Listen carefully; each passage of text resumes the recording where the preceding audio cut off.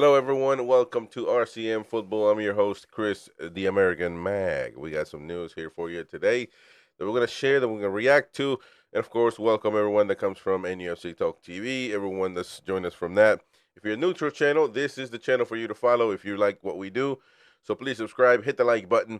And of course, come the season, we're going to do live streams, watch alongs, etc. So if you like football, a lot of Man U fans, a lot of Liverpool fans have been joining us and bantering us as well. So yeah, this is the channel for you if that's the case. And all of them really, but this is obviously where we're going to talk about your team as well. All right, we got some news rather quickly that we need to talk about. The Sesko deal, obviously everybody knows that Sesko at this point has chosen Man United. Do we blame him? No. Am I gutted? A little bit because I wanted a player, but quite honestly, it is what it is. The thing is, though, people are jealous. They're talking about Newcastle United, and it is happening, ladies and gentlemen. They are rattled. They see us coming. So, therefore, they're going to banter us. They're going to talk about us. And the media continues to talk about us. So, we are so back. You can have Sesko, mind you. You can have Sesko. That's fine. No big deal. Have him in a hope he plays horribly for you, and you destroy his career like everybody else. Anyway, it's what it is. But it looks like he's going towards you. Although, well, Fabrizio Romano is saying that Man United have informed Leipzig that they are prepared to send a formal bid, whatever. Well, they ended up doing anyway. The guy went his. They put an offer, and it worked, and it happened, and the player has been keen on the move to Man U. So that's been that. That's been the the big topic. He rejected Newcastle. We got rejected, and Man U, the biggest, the greatest of all time club, got their player. Well, we'll see what happens. But the latest development is that no agreement between Leipzig and Man United regarding Sesko as of now. New rounds of negotiations are scheduled for today.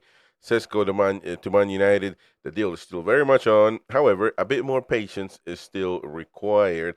That's per Florian Plettenberg, and he is sharing Philip Heinz or whatever, another correspondent for Sky Sports. So it's still a little bit of work done. A lot of people complaining that the guy is undecisive. That why is this taking so long?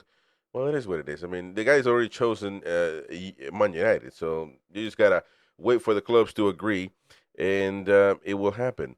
But most importantly, now going on is this right here, ladies and gentlemen, that Mister, there you go, Nicolas Jackson from Chelsea. Chelsea won 80 million euros for him. Is that going to happen, or are Chelsea dreaming, as the post says right there? The Newcastle United are the club that comes up trying to get a striker, and it looks like he is very much in their interest, very much in their list for strikers. Listen, I don't think that Jackson is a bad striker. I think that he gets a lot of bad publicity. I think that he is a very potent, strong, the proper size for a striker. He looks strong. He looks very, very. He's fast. He's got a lot of capabilities of being a good striker. I think the problem has been, his accuracy at times.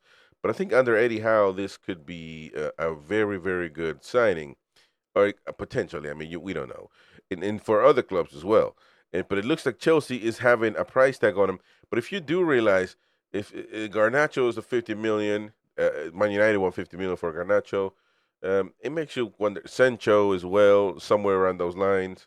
Now, what do you think? I mean, is Jackson better than Sancho or the Garnacho?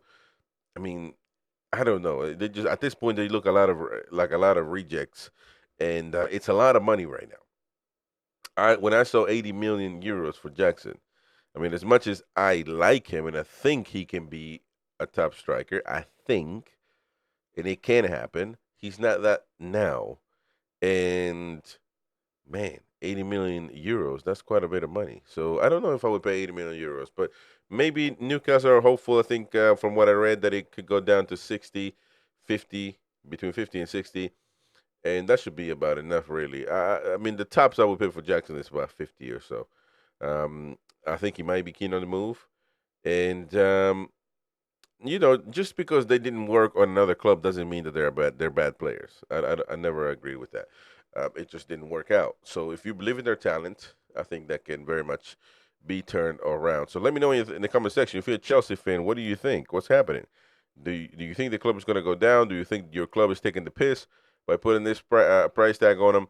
Let me know in the comment section down below. The last but not least, Baleba. Mind you, have approached Baleba's camp this week to be informed of the player's situation. Where's Man United getting all this money, by the way? I mean, aren't they supposed to be in PSR trouble? Didn't they have to sell before even attempting to go for Sesko? What's happening here? Um, well, they approached Baleba. Brighton planned to keep Baleba at the club, as price tag would be very high, seen as a difficult deal.